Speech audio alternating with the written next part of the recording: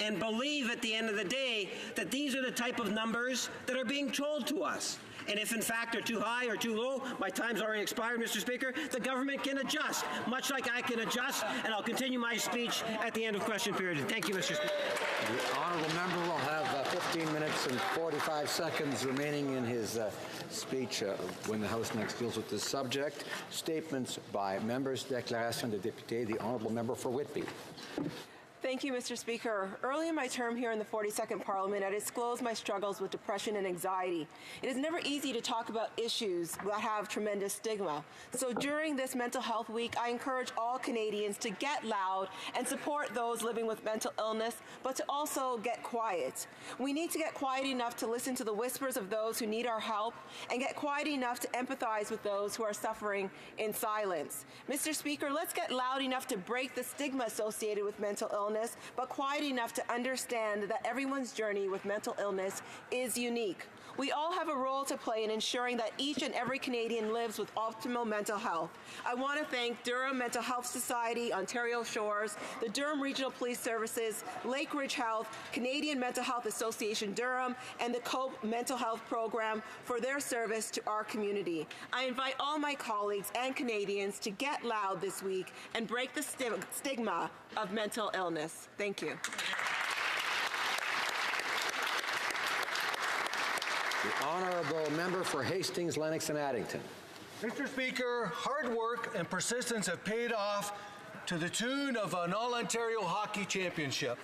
Last Tuesday, the Napanee Raiders clinched the Clarence Schmaltz Cup for the second time in their 30-year history, defeating the Grimsby Peach Kings 3-1 in Game 5. Yeah. And they did it in our hometown of Napanee. Yeah. The Peach Kings came out strong in a must-win game and dominated the attack early on in the game, forcing the Napanee Raiders to work hard for the win. The Peach Kings came close to tying it late in the third, but Napanee's goalie, Nicholas Nabbers, reacted quickly and was able to catch a bouncing puck. Here, here. As forward Ryan Castleman said, our dressing room is the reason we won. Every practice, every meeting, every game, we were there for each other. Yes. We loved being together, and that really makes for a good hockey team. Capturing the Smulch is something we'll never forget. Mr. Speaker, we'll never forget either. Congratulations, Raiders. Yeah. Honourable member for Battleford, Lloydminster. Thank you, Mr. Speaker.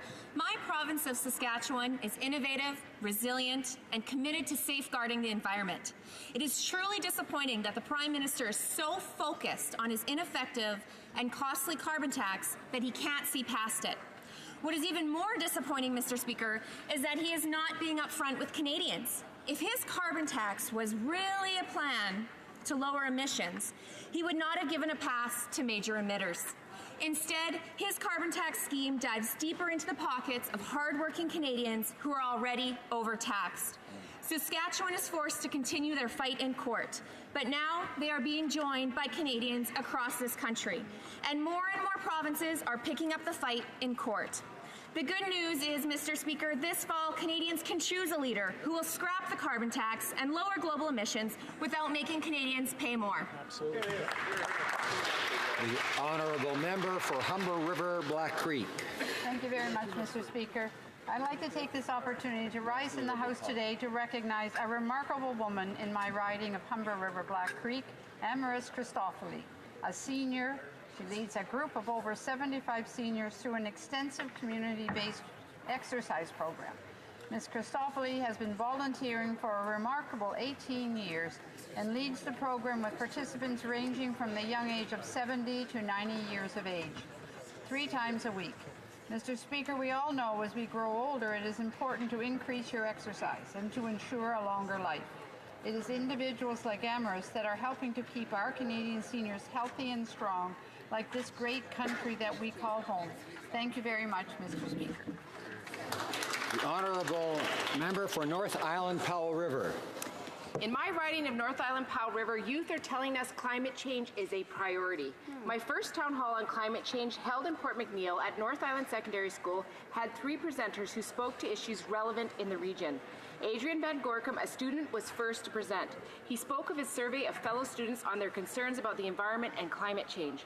The results were powerful, as we heard that this issue is seen as incredibly urgent.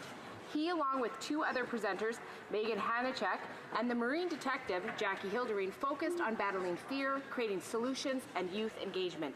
Whether it is the students of Campbell River who have protested multiple times at City Hall asking leadership and community members to act now, or the Comox Valley students who met with several elected representatives to discuss issues of climate action in their region, or the students of Powell River who left their classrooms and walked out to protest the lack of climate action change, young people are stepping up to the plate.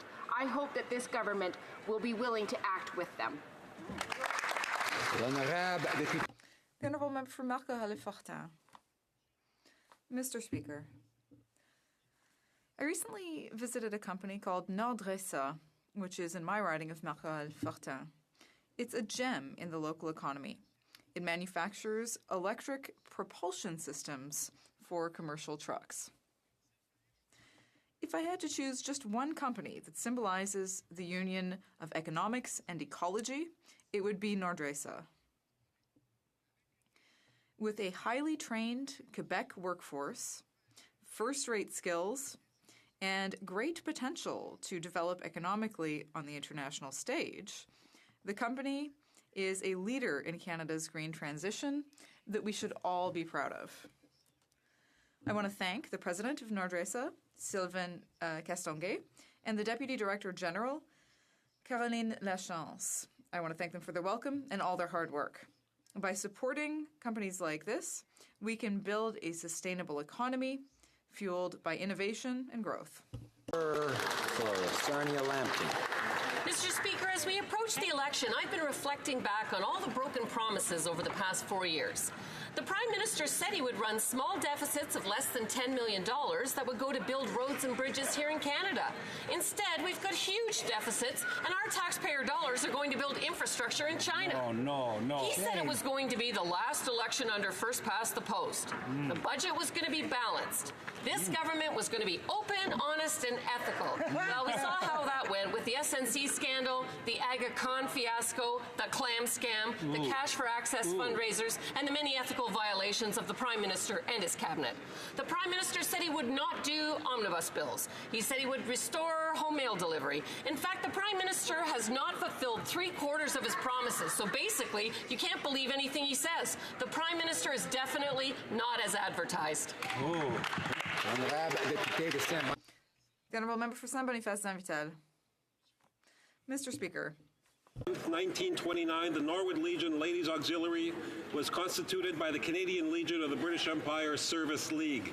For 90 years, the Volunteer Auxiliary has worked tirelessly to support the Norwood Legion and St. Boniface. It was a pleasure to be able to join them last Sunday to mark this very important milestone. St. Boniface Saint-Vital se démarque. my riding is lucky to have many committed volunteers who work hard for the well-being of our community. Today, I want to thank the Norwood Legion Ladies Auxiliary for their work in our community. Auxiliary President Marilyn Kennedy and all members of your valued service to our community. Happy anniversary. And here's to another 90 years. The Honourable Member for Guelph. Mr. Speaker, Canadian Children's Book Week is an annual event that celebrates Canadian children's literature. Literacy is one of the greatest gifts parents and grandparents can give a child, something my wife Barb and I have always believed in. Reading lays the foundation for a love of learning, and the bond created while reading with a child at any age is priceless.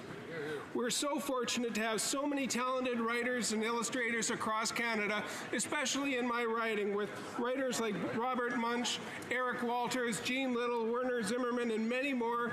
The newest addition to the authors list is grade 12, Lindsay Tarrington. Guelph Public Libraries and bookstores are much more than just storage spaces for books. They're community hubs, bringing families together as centers for learning, education, and professional development. I'd like to join with the member for Toronto Danforth to encourage all Canadians to help ignite a culture of reading right across our great country. The Honourable Member for Elgin, Middlesex, London. Mr. Speaker, today begins Ramadan, the holiest month in the Islamic calendar. Canadians of all faiths stand with our Muslim friends and neighbours during this special month and always. We strongly affirm our love and goodwill for Muslim Canadians. I am grateful for the significant contributions they make every day in Canadian life. They are well represented in every profession, every field of the community action, and every political party. We join Muslim Canadians in standing against all threats to religious liberties, both here and around the world. During Ramadan, we remember those who participate in the free practice of fasting, but are impeded by violence or by their state edict. Finally, Ramadan provides a great opportunity for non-Muslims to connect with their Muslim neighbors. Mosques hold iftar events where people gather at sundown and at the end of each day break to fast. Mr. Speaker, I will be joining iftar events in the riding this month, and I would encourage all members of Parliament of all Canadians to do the same. To all Muslims, Ramadan Mubarak. Thank you. The Honourable Member for Kingston and the Islands. Thank you very much, Mr. Speaker. 2019 marks the 50th anniversary of the Lviv Ukraine Folklore Festival in Kingston, making it the second longest running Ukrainian festival in Canada. This accomplishment shows the hard work and dedication from the many volunteers and members of the Ukrainian community. And our city is proud to witness and be part of this significant milestone. The Folklore Festival gathers community members to celebrate Ukrainian traditions and culture through live performances, traditional dance and music, artistic displays, and excellent homemade cuisine. In celebrating Ukrainian culture, we help strengthen our diversity. I am so excited to see the continued growth in the Kingston Ukraine community and indeed to celebrate the rich Ukrainian culture together. Thank you. The Honourable Member for Calgary Centre. Today's young Canadians are the most educated, connected, and diverse generation that this country has ever seen. They have the curiosity needed to learn skills and the ambition required to work hard and succeed. That's why I'm thrilled to welcome to Parliament today a group of young advocates from Engineers Without Borders at the University of Calgary, especially my good friend Marigold Mayak, a recipient of the 2019 Diana Awards for Community Service. These great Canadians are here to talk to us about the 2030 Sustainable Development Goals and how we as parliamentarians and policymakers can continue to work to achieve them. For too many years, politicians and parties neglected young voices. I encourage today's leaders to listen to our future leaders. I think we can learn a great deal. The Honourable Member for Beauport, Côte de Beaupré, Île-d'Orléans, Charlevoix. Interference in the justice system, multiple breaches of the Code of Ethics, broken promises, endless deficits. This Liberal government is out of control. People are jumping ship one by one, and when they do, the Liberals just disparage them. The Liberals are starting to show their true faces. There's endless bickering with the provinces. The entire world is turning their back on us. Canada is back, they said, but they didn't say that the bickering would start all over again. Quebecers deserve better. They deserve a government that respects provincial jurisdiction. They deserve a government that listens to them and that stops having all kinds of scandals. Quebecers deserve fair representation. They deserve a blue wave. The Honourable Member for Avalon. Mr. Speaker, summer is upon us, and in my riding of Avalon, things are looking brighter than ever for young people, who, thanks to our Canada Summer Jobs Programme, will have over 480 good-paying summer positions available to them across the riding. Students in my province relish the opportunity to find jobs that not only interest them, but that allow them to make a fair wage, all while learning important skills for their future. The previous Conservative government, in true Conservative fashion, preferred balancing their books on the backs of our young people. They considered investing in students in their youth one of their lowest priorities. This government knows that investing in our young people today means a stronger country tomorrow. This government knows that when we give students the chance to earn money for themselves, it means that mom and dad get to keep more money in their own pockets and our young people find their independence. This government has been committed since day one to making positive changes to the lives of every Canadian. I know that the young people in Avalon are feeling these changes, and the future has never looked better. L'honorable député. The Honourable Member for Saint-Hyacinthe-Bagotte. Mr. Speaker, in my riding, we're lucky to have a number of organizations doing extraordinary work, like the Citizens Committee for Environmental Protection, the OBV Yamaska, and the Boisé des Douze. They all work in the field of environmental protection. The environment is a priority for my constituents. Last month, hundreds of young people from our riding participated in the Climate March to issue a wake-up call to this government about the urgency of climate action. Young people have understood that we need to act now. My youth council has made this a key priority. That's why we'll be holding a discussion session on protecting the environment and on single-use plastics on June 8th. I invite all of my constituents to come out, because protecting the environment is our shared responsibility. Thank you very much. Honourable Member for Lethbridge. The Prime Minister misled Canadians by promising that he would run 3 small deficits and then he would balance the budget, or rather, it would balance itself. Instead, the Prime Minister has borrowed massively, he's spent out of control, and he won't return the budget to balance until 2040. He also promised that he would look after the well-being of the middle class, that he would advocate for their best interest. But nearly half of all Canadians are reporting that they live paycheck to paycheck, and they're finding it difficult to cover basic necessities like food and shelter. Life is more expensive than ever, is what we're hearing. Millennials, they'd like to buy a home, but they can't. The Prime Minister put new mortgage rules in place in order to keep young people out of the market. Canadians are paying over and over again for the Prime Minister's mistakes. But the Prime Minister doesn't care. He has a family fortune, so why should he? He tried to convince Canadians that he was one of them, but time has revealed the truth. He's not as advertised. The Honourable Member for Kitchener South Hespeler. Mr. Speaker, it is an honor for me to rise in the House today to recognize the vital contribution that nurses make in the health and well-being of all Canadians. With more than 425 regulated nurses across Canada, they are by far our largest group of healthcare providers. This week is National Nursing Week 2019. It is a week in which we recognize their commitment to delivering safe, effective, and quality health care. This week draws attention to nurses, increases the awareness of the many contributions of nursing to the well-being of Canadians. I am pleased to celebrate this special week with the Canadian Nurses Association, the national and global professional voice of Canadian nursing, representing over 140,000 nurses in all 13 jurisdictions across Canada.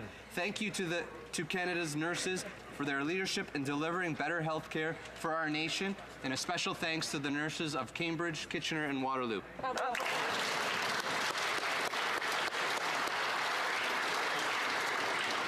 Questions orales, oral questions. The Honourable Opposition House Leader.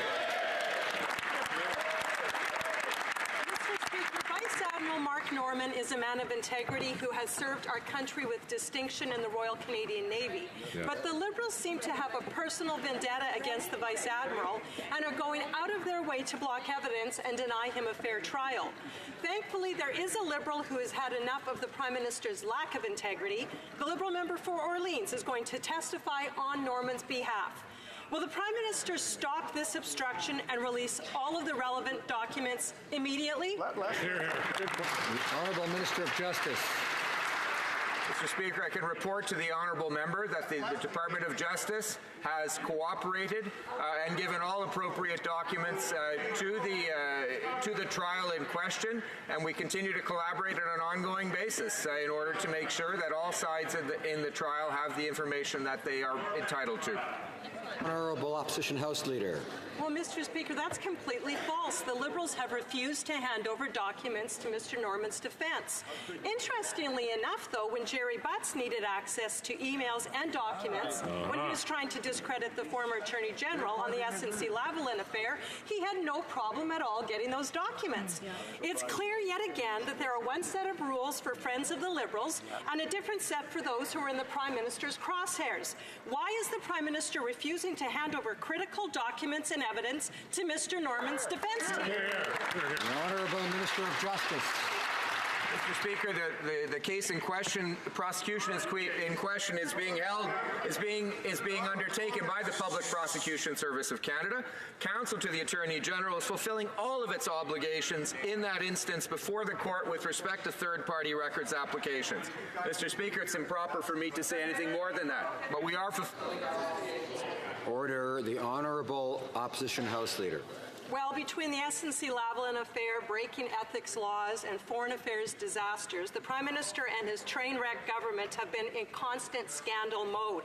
And now that the Norman trial is closing in, the Liberal member for Orleans is planning to testify against his own government. Talk about a dumpster fire. The Prime Minister does not want the truth coming out, and again, he's interfering in a criminal case. Will the Prime Minister admit that he is intentionally trying to delay Mark Norman's trial until after the election? Honourable Minister of Justice. Mr. Speaker, once again, the trial is being handled by the the Public Prosecution Service of Canada. That agency runs independently of the government, makes its own decisions, and as a government, we are fulfilling all of our third-party obligations for records. Order. The Honourable Member for Richmond Athabasca. Mr. Speaker, after the Prime Minister was found guilty of breaching 4 sections of the Ethics and Conflict of Interest Act, after this Prime Minister and his close collaborators interfered in our justice system in the SNC-Lavalin matter, now we have the trial of Vice Admiral Norman and yet another story of interference from the Prime Minister's office. This is a matter that directly affects Quebec workers at Davie Shipyard. Why did the Prime Minister interfere and block the contract?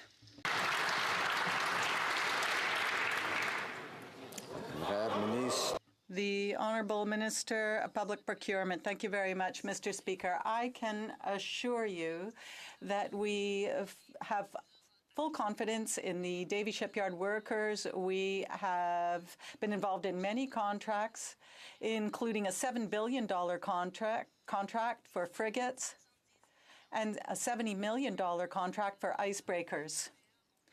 And we fully have confidence in the Davie workers. The Honourable Member for Richmond Athabasca. Mr. Speaker, after the resignation of Scott Bryson, the President of the Treasury Board, now it's this government's former Parliamentary Secretary for Foreign Affairs who is going to testify against his own Liberal government on Vice Admiral Norman's behalf. This man with an impeccable track record, one of the most decorated men in the Canadian Navy. So I'm going to repeat my question. Why is the Prime Minister interfering and attempting to block this trial and block a contract to Davie? The Honourable Minister of Justice. Mr. Speaker, the trial in question is handled by the Public Prosecution Service of Canada that works independently from the Department of Justice and my office and government. The Public Prosecution Service and the Department of Justice are fulfilling all their third-party obligation for records. Member for Burnaby South. Mr. Speaker, 10 years ago, Canada joined G20 countries and promised to fight climate change by eliminating fossil fuel subsidies. Conservatives signed on, but predictably failed to act. The Prime Minister promised Canadians that he would do better. But instead, Liberals have dithered over semantics, delayed action, and continue to give billions in dollars in subsidies to fossil fuel corporations. When will Liberals finally stop handing out billions in fossil fuel subsidies and instead invest that money into helping Canadians build a new, clean economy? The Honourable Minister of Fisheries and Oceans. Thank you, Mr. Speaker. By taking action to fight climate change, we certainly will protect the health of our economy and create good jobs for the future. We stand by our commitment with our international partners to phase out inefficient, non-tax fossil fuel subsidies by 2025. We've done a bunch of the work in that regard. We continue to do that going forward. We've opened up a consultation with Canadians to move that forward, and we intend to meet our international obligations. The Honourable Member for Burnaby South. Mr. Speaker, climate change is the greatest crisis that we are facing. Yet the Liberals continue to give billions of dollars in subsidies to the fossil fuel industry. We can reduce our emissions and support our workers and communities. All that is needed is the courage to make the right choices. When will the government stand up for people and put an end to the oil industry subsidies? The Honourable Minister. Thank you, Mr. Speaker. We have been taking steps to tackle climate change and thus protect our health and create good jobs in a clean economy. We are moving forward with our commitment, along with our international partners, to phase out non-efficient subsidies by 2025. We have conducted a preliminary analysis to help us respect that commitment, and that is why we have also begun consultations to hear Canadians on this matter. The Honourable Member for Burnaby South. Mr. Speaker, action is needed now. People are trying to reduce their environmental footprint, but governments in Ottawa continue to make bad choices. We are proposing a plan to reduce emissions, help families save, and create good jobs in our communities. Rather than give $12 million to a big rich company, why doesn't the government bring forward a real plan to help people create a green economy? The Honourable Minister of Fisheries. Mr. Speaker, we have a plan to tackle climate change and make our economy green and affordable with more than 50 measures and investments in renewable energy to increase our use of green electricity, to help schools and companies and people save money and eliminate the use of carbon. Mr. Speaker, we continue to build a clean and more prosperous economy for our children and grandchildren. Mr. Speaker, while Liberals cozy up to powerful lobbyists and with rich corporations, they're leaving behind Canadians struggling to make ends meet. Nowhere is this felt more by people than those who are looking for an affordable place to live, and families who are looking for their first home. New Democrats have listened and proposed bold solutions to help. As a practical first step, will Liberals encourage the building of more affordable homes through targeted GST breaks for construction and help young families enter the housing market by re-establishing 30-year mortgages? The Honourable Minister of Science and Sport. Mr. Speaker, our government introduced and implemented Canada's first ever national housing strategy because we know that everyone deserves a safe, affordable place to call home. That's why we've invested more than $7 billion, and to date we've helped more than 1 million Canadians find a home. We recognize there's still more work to do, but we are investing in Canada's first ever national housing strategy, which will invest over $55 billion in the housing sector.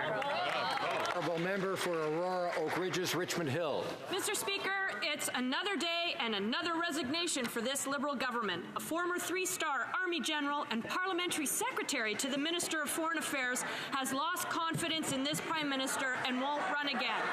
And to help right a wrong, he plans to testify in Admiral Norman's defense against the government. What will the former Parliamentary Secretary to Foreign Affairs say that is so damaging to the Liberals that he had to resign to say it?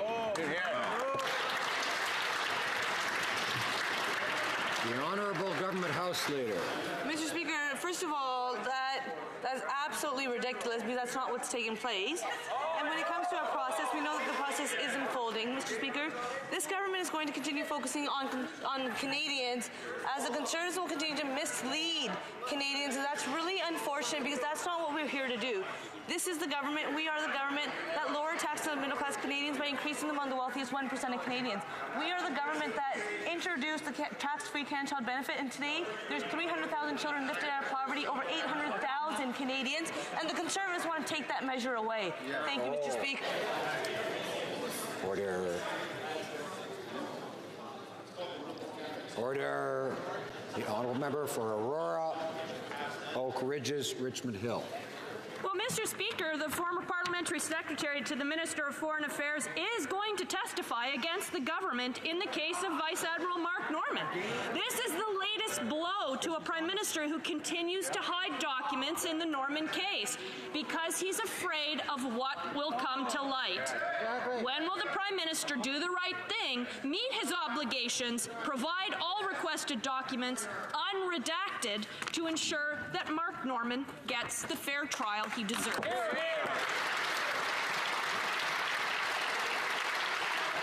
The Honourable Minister of Justice. Speaker, once again, I can assure the honourable member and I can assure this House and all Canadians that the Public Prosecution Service is an independent service in Canada. It is managing the prosecution of this case. Mr. Speaker, we don't interfere with such prosecutions as a government. And Mr. Speaker, the Ministry of the Attorney General is in fact fulfilling all of its obligations with respect to documents made under third-party applications. The honourable member for Chicoutimi-Le Mr. Speaker, Friday we learned that a Liberal MP, the member for Orleans, a former Lieutenant General in the Canadian Armed Forces, was going to testify against the government in the Vice Admiral Mark Norman trial. The Vice Admiral was defending the Davie shipyard from political interference on the part of the Liberal government, including Scott Bryson's interference. Why is the Liberal government trying to deny a contract to Davie? The Honourable Minister of Justice.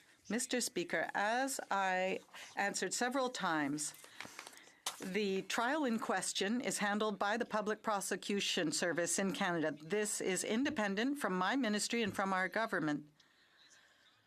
And counsel to the Attorney General of Canada are fulfilling all their obligations in terms of a third-party request for records. The Honourable Member for Chicoutimi-Le Mr. Speaker, once again, we're seeing Liberal interference and deception. After having politicized the fighter jet procurement file, they politicized the marine procurement file. If the Liberals have nothing to hide, why not provide Vice Admiral Norman with the documents he needs for his defense?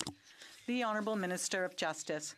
Mr. Speaker, the government is fulfilling its obligations to the court and for the trial by providing the required documents throughout the process. We are fulfilling all our obligations. Member for Selkirk, Interlake, Eastman. Mr. Speaker, the Prime Minister's former parliamentary secretary has had enough. He's going to testify against these Liberals in defense of Vice Admiral Mark Norman. Now, Canadians know the Prime Minister has abused his office to reward his friends and attack his enemies. The Prime Minister has no problem at all covering the cost of his own staff's legal fees during the whole SNC-Lavalin scandal, but refuses to do the same for the Vice Admiral. So why is there always one set of rules for Liberals and punishment for anyone who gets in the Prime Minister's way? The Honourable Minister of Justice. Mr. Speaker, once again, I can assure this House that all rules are being followed in this case. All demands for legal assistance are being undertaken according to the rules. All requests for documents under third-party records applications are being met by my department. Mr. Speaker, this prosecution is being handled by the Prosecution Service of Canada. It is independent of my office and our government, and there has been no interference. Honourable Member for Selkirk, Interlake, Eastman. Well, I can tell you, it didn't stop the Prime Minister from talking about this and that Vice Admiral Mark Norman was going to get charged. Now, the Liberals are obstructing subpoenas in the Vice Admiral Norman trial, making it impossible for him to mount a proper legal defense. They're refusing to cover his legal costs, hoping to drive him into bankruptcy, and are sitting on critical documents he needs to defend himself. When will the Prime Minister turn over all the documents requested by subpoena, unredacted, and give Vice Admiral Norman the fair trial he deserves? Honourable Minister of Justice. Mr. Speaker, once again, quite simply, the government is meeting all of its obligations with respect to third-party obligations. The government is following all rules with respect to applications for the support of counsel. The Honourable Member for Essex. When the Liberals were elected, they promised to do politics differently. How things have changed. We've now learned they're using a partisan tool to fill influential positions in our country like judges and senators, just like the Conservatives appointing their friends when they were in power. Mr. Speaker, these appointments must be based on merit, not party alliance. Experienced people are being overlooked for those with big red lawn signs and even bigger checks. Why does this government care more about their wealthy supporters than the crucial requirement that our courts be independent of politics? Honourable Minister of Justice.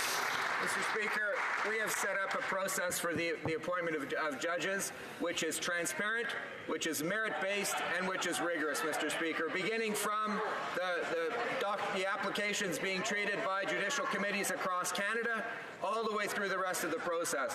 Mr. Speaker, Canadians have a right to donate to political parties.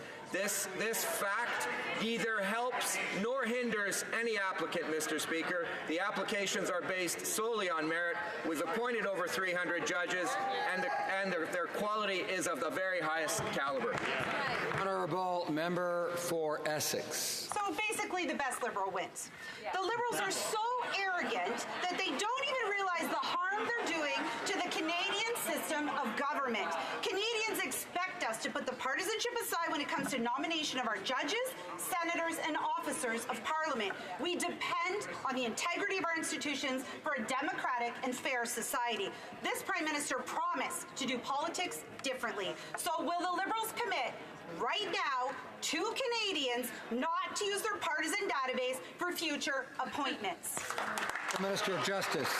Speaker, as I've stated, we have put together a transparent, merit-based process that is highly rigorous. Mr. Speaker, these appointments, made both by my predecessor and myself, have resulted in over 300 appointments of the very highest caliber.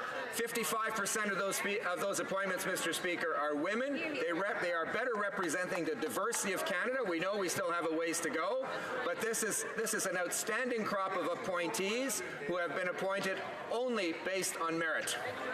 The Honourable Member for Durham. Mr. Speaker, the Prime Minister is so weak on foreign affairs that he's now allowing Chinese-run Huawei to have unprecedented control of a government-funded university research chair. The Prime Minister's weakness is now undermining academic independence and free speech. Anyone who has concerns about Huawei is being told they can't be part of this university program. No. Why is the Prime Minister allowing a state-controlled enterprise from China to dictate policies at Canadian universities? Honourable Minister of Science and Sport. Mr. Speaker, universities across Canada work with many partners on joint research projects across all disciplines. The freedom to pursue ideas across borders and disciplines has aroused real scientific insight and innovation. Our national security agencies work diligently to monitor security threats and have measures in place to protect Canada's systems. We will follow the advice of our public security officials and would only work with partners that have their approval. Yes.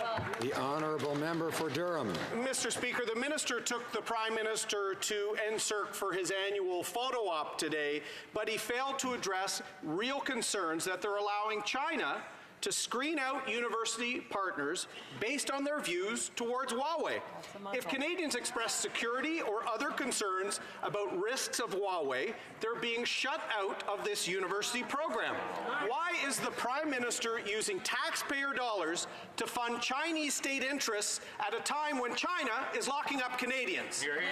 Honourable Minister of Science and Sport. Mr. Speaker, as I said, we will follow follow the advice of our public security officials and would only work with partners that had their approval. Science and research are inherently open by nature. Our researchers work with partners across all disciplines. When universities partner with an organization, NSERC organizes a peer review process that avoid individuals who have conflicts or relationships with the applicant or partner organizations, ensuring proposals are solely on the basis of... The Honourable Member for Charlebourg-Saint-Charles. Thank you, Mr. Speaker. The University of Stanford and Berkeley in California, as well as the University of Massachusetts and Oxford, suspended their ties and partnerships with Huawei. These universities have seen the danger in these ties, given the current Chinese policy of integrating civil and military technology development is personally overseen by the Chinese president. This means that Canadian researchers could be indirectly contributing to China's military development. The Prime Minister is trying to broaden partnerships with Huawei. Why? The Honourable Minister of Science. Mr. Speaker, as I said earlier, Canadian universities work with various partnerships on research projects in all kinds of disciplines. When universities collaborate with many partners on joint research across all disciplines. We will listen to our public security officials. We will only work with partners that they approve. The Honourable Member for Charlebourg-Saint-Charles. Mr. Speaker, currently Beijing is detaining 2 Canadians and 2 more are awaiting their execution. Many of our allies have banned Huawei and have warned Canada to do the same. While our Prime Minister hesitates, China is attacking our agricultural sector. Will the Prime Minister finally stand up for Canada's interests and come to a decision on Huawei? The Honourable Parliamentary Secretary to the Minister of Foreign Affairs. The Minister of Foreign Affairs is in close contact with the families of both Michael Kovrig and Michael Spavor, our brave Canadians. This is not grandstanding or scoring points. It's not about politics. It's about working persistently, carefully, resolutely to get them home. And we've rallied an unprecedented number of partners around the world in support of Canada's position on this and many other issues. Canada has won international support in an unprecedented way. We continue to work. We will continue to work until every Canadian is home safely.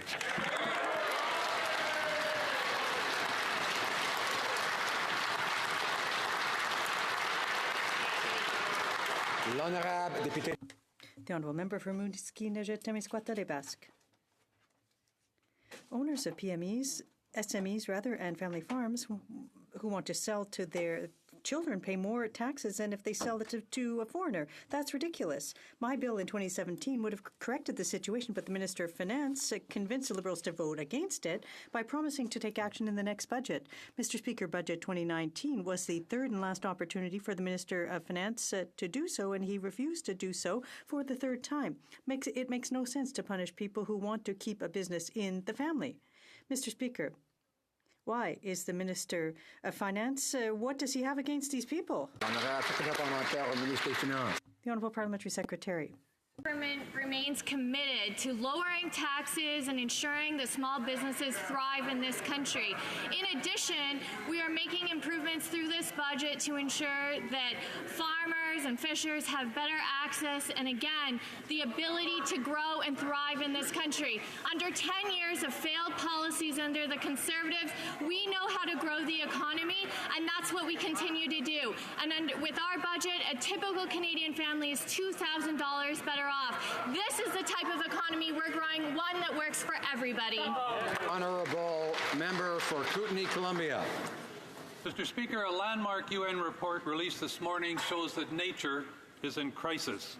Globally, around 1 million plant and animal species are threatened with extinction, and in my riding of Kootenay, Columbia, the future of caribou is uncertain. Biodiversity loss threatens our economy, food security, health, and quality of life. The causes of species decline include habitat destruction, climate change, pollution, and invasive species. It's past time to sound the alarm. So when will this government begin the transformative change experts say we need to secure a sustainable future. The Honourable Parliamentary Secretary to the Minister of Environment. Mr. Speaker, the UN report to which the honourable member refers provides a sobering assessment of the challenge facing us today. We know that since the 1970s, the world has lost about 60% of its wildlife, and that Canada is one of 5 countries representing 3/4 of the world's remaining wilderness. The fact is we have an opportunity and an obligation to do something about this emergency. Mr. Speaker, we move forward in Budget 2018 with an investment of $1.3 billion, the largest investment in nature conservation in its history. I've been to the member's province to work on the Southern Mountain Caribou file. This is one of many challenges, and it's time to sound the alarms. The Honourable Member for Montarville. Mr. Speaker, summer is fast approaching, and people are starting to celebrate. There are a number of activities and exhibitions. Count on public participation. Budget 29 increased funding for local festivals and various events, local events. Can the Minister of Canadian Heritage tell this House how the government will be supporting festivals like the ones in my riding? The Honourable Minister. I'd like to thank my colleague. It's good to hear a good question. For the first time in more than 10 years, we're making an $40 million investment for festivals and celebrations of all sizes, for local festivals, and for 10 years, the Conservatives cut culture. And they're dreaming each and every night of doing the same. But we are going to be there to support our creators for our festivals in our regions. The Honourable Member for Niagara West. Mr. Speaker, China has illegally blocked Canadian canola imports. Then they suspended permits of 2 major pork producers for no reason. And how does the Prime Minister handle it? He says it's not the right time to go to the WTO. That is a weak and shameful response. When will the Prime Minister show some leadership and launch a trade action against China's illegal attacks? The Honourable Minister of International Trade Diversification. We continue to engage with China at the scientific level. We announced last week a generous support package for producers, which, by the way, has the support of the Premier of Saskatchewan, of the Canola Council of Canada, of producers, of trade ministers across the West, and we continue to look for other markets for canola. We have taken no possibility, no other action off the table, Mr. Speaker. Honourable Member for Battleford's Lloydminster. Mr. Speaker, well, action speaks louder than words, and alone is a Band-Aid, not a solution. The Prime Minister's slow and inadequate response is costing our canola producers greatly. Our farmers are no closer to regaining market access than they were 2 months ago. To date, there is still no Canadian ambassador appointed to China, and no formal trade complaint has been launched. Instead of continuing to shell out Canadian taxpayer money to the China-controlled Asian Infrastructure Investment Bank, will the Prime Minister finally stand up to China and fight for farmers? The Honourable Minister of Agriculture. Mr. Speaker, once again I can tell you that we are very engaged and working as a team to solve this issue with China, because we stand by our farmers, our canola producers, and our exporters. Mr. Speaker, this is a very important issue, and we shouldn't confuse supporting our farmers and our robust inspection system with supporting the poorest and the most vulnerable of this world. Thank you. The Honourable Member for Mégantic-L'Érable. Mr. Speaker, canola, pork, genetics. What's next, Mr. Speaker? More and more are calling for stronger action by the Prime Minister. And the Agriculture Committee sent to the Minister have talked about all asking for political action. Now, the Minister has said we can't get too worked up. Mr. Speaker, why is the Prime Minister refusing to take a stand for pork and canola producers in Canada? Mr. Speaker, for more than 2 months, we have been standing up for them. We have met, and it took a very long time to get a first question on canola. We are working as a team with the other departments, Global Affairs, with the Minister of Trade Diversification, and we are working with the representatives of producers, with our provincial counterparts, counterparts. We're putting in place a strategy. We support and stand beside our canola producers. The Honourable Member for Mégantic-L'Érable. Mr. Speaker, we were the first to stand in this House to defend canola producers. It took comments from the Leader of the Opposition for the government to do something. That's the truth. The Minister of Agriculture admitted at committee that she still hadn't spoken to the Chinese government. It's going so badly that the Chinese haven't even replied to her letter. That's the reality, Mr. Speaker. And now the Minister can meet with her counterpart in Japan. Will she talk to him? Or will she avoid it because it's not a political issue? The Honourable Minister. Mr. Speaker, rest assured that I take a stand to defend our producers at all times, here and abroad. It took a long time for the member opposite to ask his first question. Mr. Speaker, I am here to look at many possibilities. This is a highly complex issue. We are working as a team with industry to defend these producers. The Honourable Member for Saint-Hyacinthe-Bagotte. Mr. Speaker, some 2,000 foreign temporary workers got a big surprise upon their arrival. Instead of getting a tax refund, they ended up with a debt following mistakes made by Revenue Canada. When 1 out of every 5 files was wrong, how can the agency say that the problem's been resolved? The president of the UPA, Marcel Groslo, is calling for action by the minister to fix the problem so it doesn't recur ever again. When will the minister take action? The Honourable Minister of National Revenue. We are committed to ensuring that people receive the benefits and credits they are entitled to. We will continue to work with our colleagues in order to take into account the specific nature of the issue and so that they will receive the amounts owed. For North Island, Powell River. Mr. Speaker, during a town hall, the Minister of Seniors said that the government's new Canadian Drug Agency will save Canadians $3 billion per year. In what, 10 years? Without the NDP's Universal Pharmacare Plan, private insurance and provincial plans will still be doing their own buying. The Liberals' agency will have little to no buying power to negotiate cheaper drug prices, which seniors desperately need, without buying drugs for all Canadians. Will the Minister come clean and tell seniors the truth, that this Canadian Drug Agency won't be saving them any money anytime soon? The Honourable Parliamentary Secretary to the Minister of Seniors. Mr. Speaker, our government has been working hard for seniors since the day we got elected. No one should have to choose between paying for prescriptions or putting food on their table.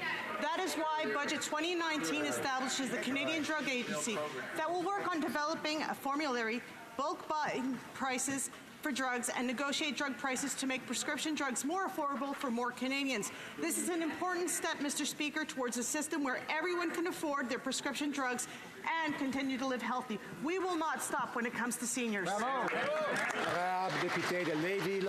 The Honourable Member for Lévis-Lauvinière.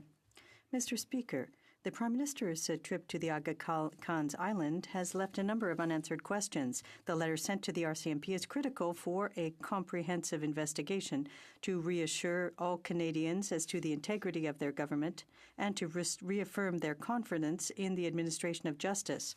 Mr. Speaker, will the Prime Minister agree to cooperate in the investigation process, or because Canadians want to know the truth?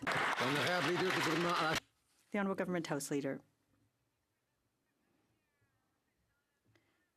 Mr. Speaker, the Prime Minister and our government have always cooperated with the commissioners. The Commissioner has done the work necessary and produced a report. The Prime Minister accepted responsibility and the recommendations. Thank you, Mr. Speaker. Well, Member for Thornhill.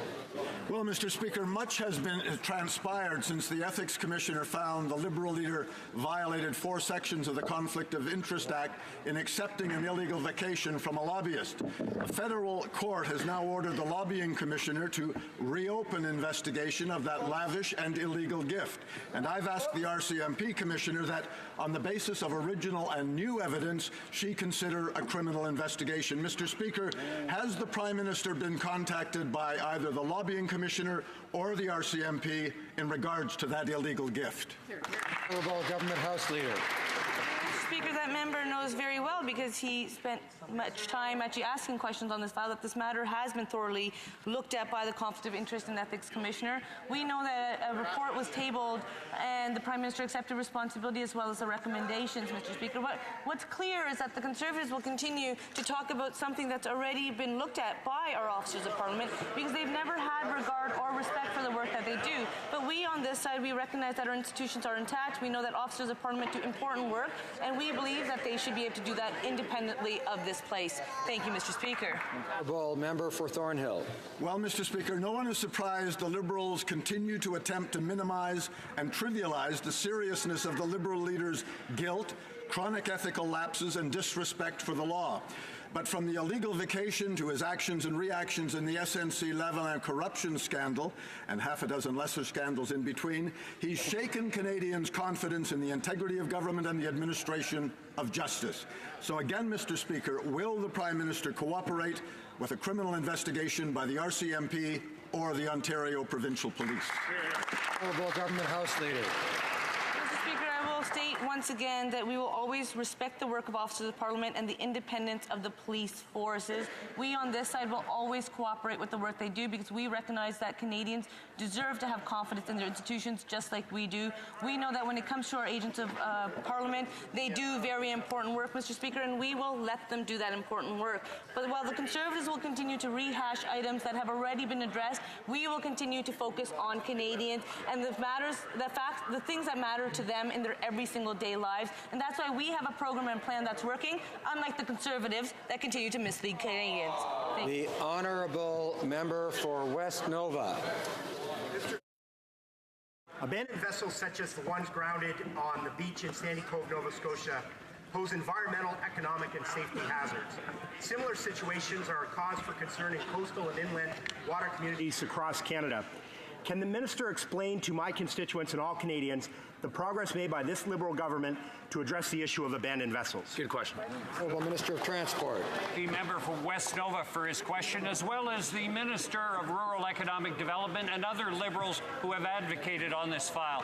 We as a Liberal government recognize the importance of addressing this matter before it got any worse, and that is why we came forward with Bill C-64, which is now law, and which requires vessel owners not only to operate their vessels responsibly, but to dispose of them at the end of their life. We have listened to communities that live along the coastlines, and we have implemented this bill to address their concerns. Honourable Member for Lakeland. Mr. Speaker, the Prime Minister continues to defend helping China build pipelines in Asia with Canadian tax dollars while delaying building the Trans Mountain expansion in Canada. Delaying the cabinet decision will cost taxpayers billions more, and cancelling TMX would destroy confidence in Canada's ability to build major projects overall.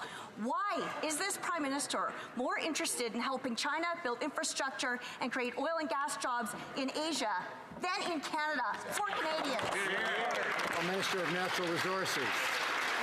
Mr. Speaker, the honourable member is absolutely wrong. We are building pipelines here. The Enbridge Line 3 that we gave approval to is almost complete on the Canadian side. We're the government that gave approval to Nova Gas Line that is already completed. If the members opposite were really sincere about figuring out the process on fixing the Trans Mountain Pipeline expansion, they would not have voted to defund and kill the process that we have put in place with a meaningful consultation with Indigenous communities to ensure that we get this project right in the right way. Thank you, Mr. Speaker. The Honourable Member for Longueuil-Saint-Hubert. Mr. Speaker, the crisis at Telefilm and the egregious layoffs of Michel Pradier, Roxane Girard, and Denis Pilon have raised concern among film producers. With all of the worries generated by the Liberals' lack of leadership with respect to web giants, we certainly don't need dangerous improvisations that are going to further weaken our industry. We're even more vulnerable than ever before. Will the Minister commit to providing emergency financial measures to stop this crisis that is affecting so many projects? The Honourable Minister. Mr. Speaker, I didn't hear the question before he asked it. I spoke to a number of producers in Quebec, and the issues of TV and cinema are very important. We have always been there for them, and we will continue to be there for the industry. We will be announcing some very concrete measures in the weeks to come. Boya Headingley. Mr. Speaker, we are all indebted to the amazing individuals who put their lives on the line every day to keep our communities safe, in my constituency and across the country. Can the minister responsible for Western economic diversification update this House on our government's work to celebrate emergency service workers and stimulate new business growth and economic opportunities for Winnipeg? Yes, excellent. The Honourable Parliamentary Secretary. Merci, Monsieur le Président. J'aimerais remercier. Thank you, Mr. Speaker, and I'd like to thank my colleague for his question. World Police and Fire Games are coming to Winnipeg in the summer of 2023. Our government will provide $2 million to support the Games and bring together world-leading emergency service experts. I want to thank all my colleagues from Winnipeg for their passion and advocacy for the Games. We all look forward to seeing Winnipeg host these events in 2023 and to welcoming firefighters and police officers from around the world. The Honourable Member for Sherwood Park, Fort Saskatchewan. Mr. Speaker, a year ago, Liberals voted in favor of our motion to hold Iran accountable for their domestic and international crimes by immediately listing the IRGC as a terrorist entity. Right. But Liberals have failed to act. The last time I raised this issue, the Public Safety Minister claimed that a decision would be published in due course. That was 7 months ago. Does the government still intend to list the IRGC, or have they changed their position on Iran yet again? The Honourable Parliamentary Secretary, Minister of Public Safety. Mr. Speaker, the Criminal Code listing regime is an important tool for countering terrorism and is part of the government's commitment to keep Canadians safe. The update to the listings is an important step to fight terrorism globally and ensure Canada remains a safe and peaceful country. The assessments for new terrorist entity listings are an ongoing process. New entities are listed once it has been determined that they meet the legal threshold. We will continue to take appropriate action to counter terrorist threats to Canada, our citizens, and our interests around the world. The Honourable Member for Rivière-du-Nord. Mr. Speaker, last week I asked the Minister of Justice why he was vetting judicial candidates through the Liberal database. He answered, and I quote, "We have put in place a system where judges are selected using a transparent, merit-based process." Yes, transparent because the media reported it. As for the merit, well, it's the merit of being Liberal, Mr. Speaker. Can the Minister of Justice explain how being a good Liberal is a guarantee that someone has good judgment? La Justice. The Honourable Minister of Justice. Mr. Speaker, the answer remains the same. We put in place, since we were elected, a system to select judges that is transparent and merit-based. We have made some 300 appointments since the election. These are good quality, high-quality appointments. Over 50% are women, and they represent diversity across the country. Thank you, Mr. Speaker. The Honourable Member. Mr. Speaker, before appointing judges, the government checks to see if they donated to the Liberal Party. Favoring friends, it's their go-to formula. I said last week, and I reiterate, they collected some $300,000 doing that just by appointing judges. But what counts for us in the Bloc Québécois is value, not color. How can the minister seriously justify, using a Liberalist database to select judges? The Honourable Minister of Justice.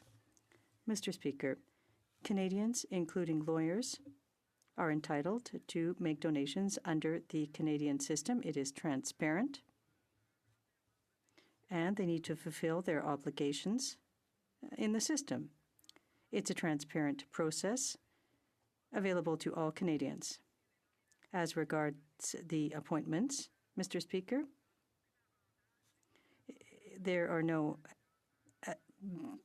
those donations provide no benefits or adverse situations. Is creating more and more division in our country. The premiers of Alberta and Saskatchewan said they might call a referendum on that topic. The premier of New Brunswick agrees that the program is not helping his province to prosper.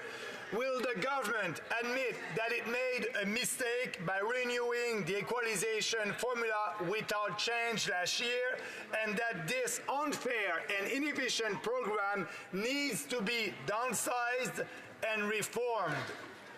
Honourable Parliamentary Secretary to the Minister of Finance. Thank you, Mr. Speaker. Mr. Speaker, it's interesting coming from the member opposite, because he was in fact part of the government when the equalization payment formula was created. And I don't recall him speaking out then in opposition to it. However, with that being said, Mr. Speaker, we will always work with provinces and territories to find the best way to work with our counterparts. And Mr. Speaker, this is an equalization that was renewed again for 4 years, and provinces and territories will continue to be consulted as we move forward. I would like to draw to the attention order.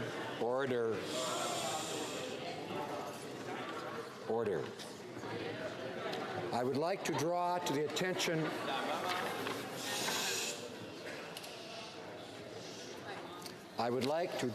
attention of honourable members the presence in the gallery of the 2019 Gerhard Herzberg Canada Gold Medal for Science and Engineering Prize winner, Dr. Barbara Sherwood Lawler.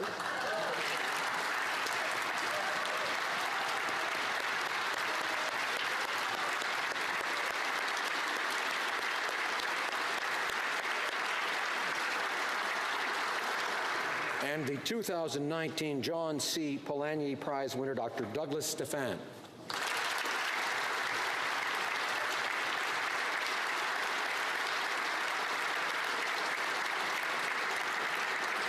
Also with us are the winners of the Natural Sciences and Engineering Research Council Brockhouse Canada Prize for Interdisciplinary Research in Science and Engineering, Synergy Awards for Innovation, EWR Stacy Memorial Fellowships, and Jules Brassard Doctoral Prize for Interdisciplinary Research.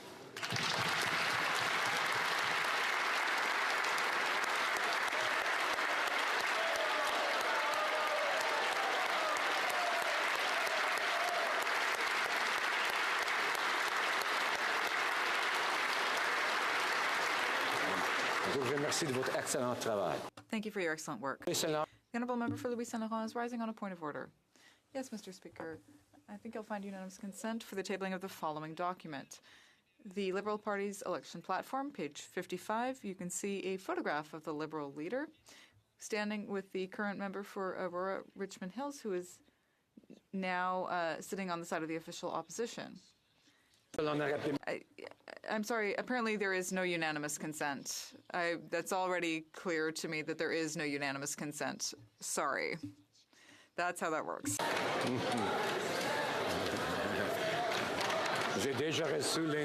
I've already heard the no's. Tabling of documents. The Honourable Parliamentary Secretary to the Government House Leader. Thank you, Mr. Speaker. Pursuant to Standing Order 36, Bracket 8, I have the honour to table in both official languages the government's responses to 3 petitions. Good table. Introduction of government bills. Statements by